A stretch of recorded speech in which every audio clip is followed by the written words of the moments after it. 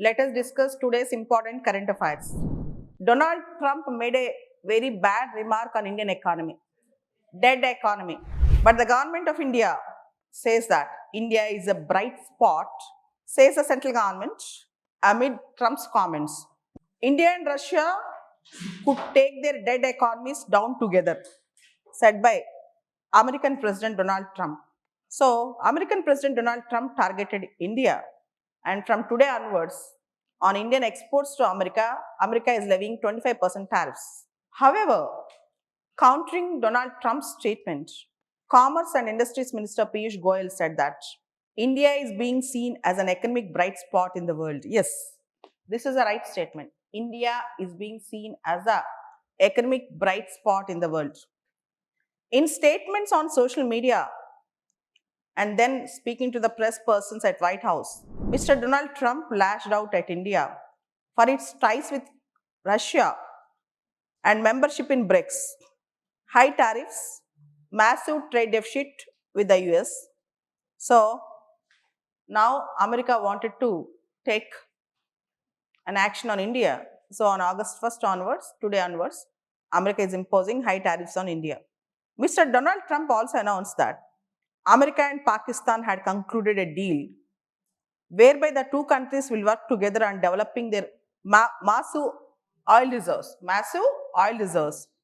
In continuation with the America's growing closeness with Pakistan over trade issues in the aftermath of the Pahalgam terror attack and Operation Sindoor, the Ministry of External Affairs declined to comment on Mr. Trump's remarks about the sanctions as well as Pakistan and direct attention to the Commerce Ministry statements. The America is expected to start levying duties as part of its Liberation Day tariffs on imports from countries around the world from Friday, that is August 1st. So, Donald Trump have given a worst remark on India. India is a dead economy, but that is not right thing, because if you read the newspapers from the last 5-6 years, if you understand what is going on across the world, India is one of the best performing economies in the world, and many countries wanted to make a trade deal, trade relations, FTAs, and partnership agreements with India. And the statement India, in fact, I can tell America is a dead economy, not India is a dead economy. Coming back, Malegaon blast in the year 2008 in Maharashtra's Nasik district. There's a place called Malegaon. There's a bike bomb blast, and after the episode, Pregna Singh Thakur, a sannyasi, a very staunch follower of Hindutva, along with her, one Lieutenant Colonel Mr. Purohit, and 5 others, total 7 people got accused in the case, and Pregna Singh Thakur was also arrested in the case. And finally, Special NIA court acquits all the 7 accused, as there was no direct evidence that the bike belongs to Pregna Thakur, and they all have an organization called Abhinav Bharat. And most importantly, there is a benefit of doubt, because without evidence we cannot convict them. So the NIA Special Court have acquitted all the 7 accused in the case, Malegaon blast case, after 17 years.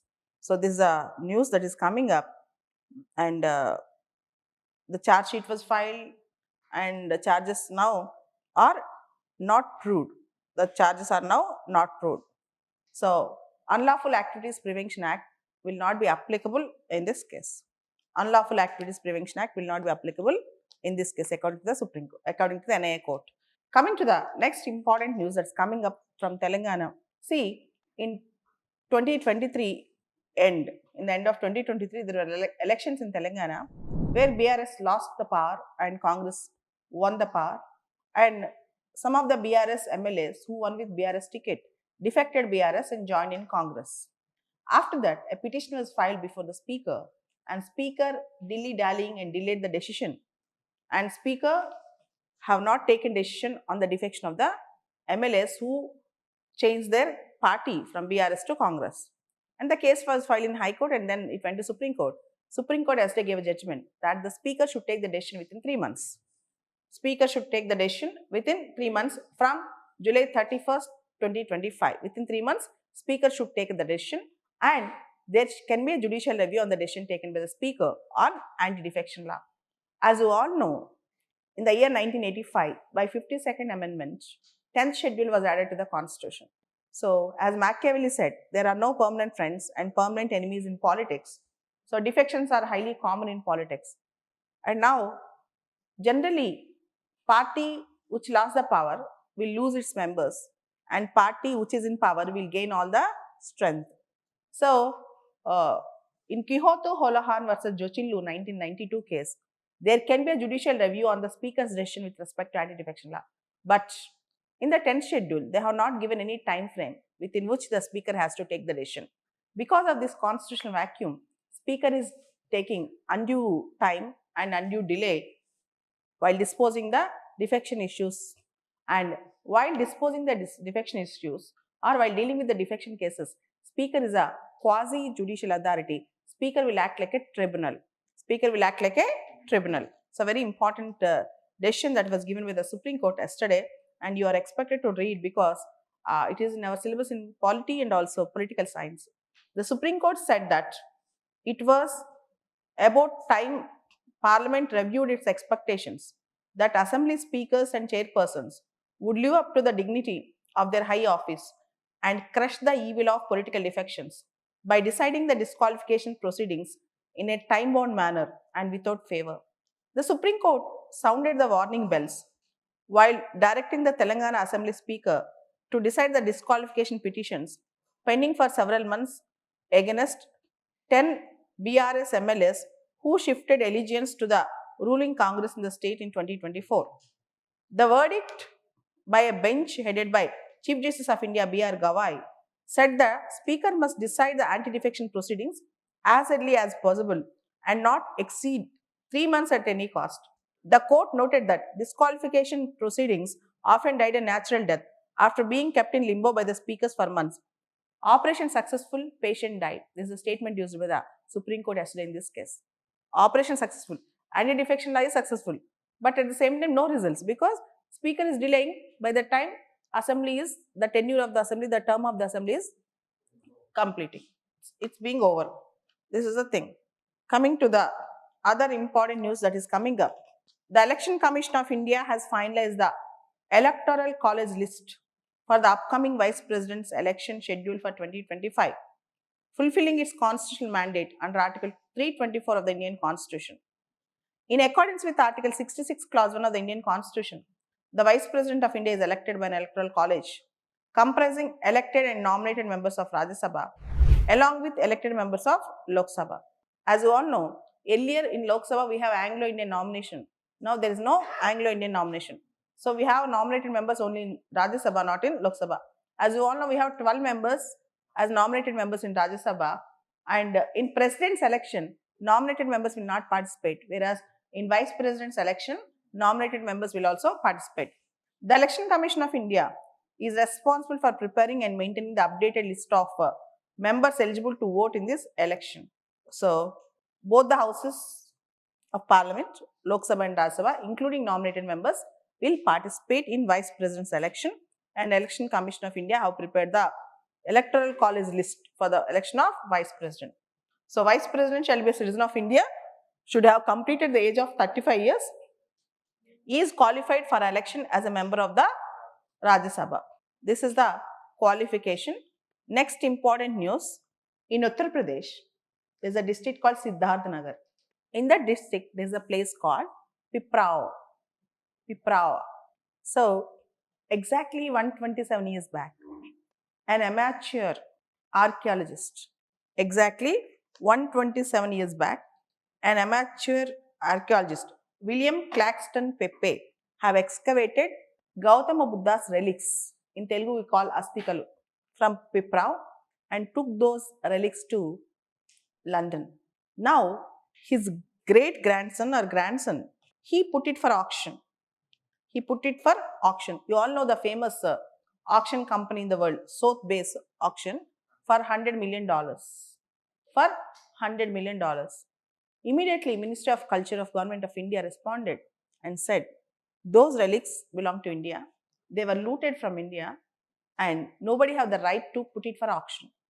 And they have agreed to send it back to India. Piprao, Buddhist relics. Here I wish to tell you a story behind that. When Gautama Buddha died at Kushinara. Kushinara, it's a Malla kingdom. All the 7-8 kingdoms at that time, they fought for his relics. And finally, his relics were made as 8 parts, 8 portions, and given away to 8 kingdoms. Okay? And his original clan, Sakya clan, Sakya, they got their portion and they have actually kept it at Piprao along with precious stones, gems, and other things. Finally, during British era, in 1897-98 time, almost 127 years back, an amateur archaeologist, Mr. Pepe, visited that place and have excavated the Buddhist relics, Gautam Buddha's original relics, and have taken those relics to Britain. And now his great grandson or grandson kept it for auction. Now they are coming back to India. Prime Minister Modi announced this through Twitter yesterday. This is a news that is coming up. Piprao Buddhist relics. So, if you understand, sacred relics of Gautam Buddha returned to India after 127 years. The sacred relics of Gautam Buddha, originally excavated from Piprao in the present-day Uttar Pradesh in 1898, were returned to India after 127 years. The relics were handed to the Government of India following coordinated diplomatic and cultural efforts to stop their auction in Hong Kong. The relics recently surfaced in Sotheby's auction listing in Hong Kong, which included gold, garnet, crystal ornaments linked to 1898 excavation. The Government of India launched a diplomatic initiative involving Ministry of Culture, Ministry of External Affairs, and Indian missions in Hong Kong and London to secure their return. The International Buddhist Confederation, an autonomous body under Ministry of Culture, supported the efforts by engaging with global Buddhist networks and building moral pressure against the sale. So, this is the news.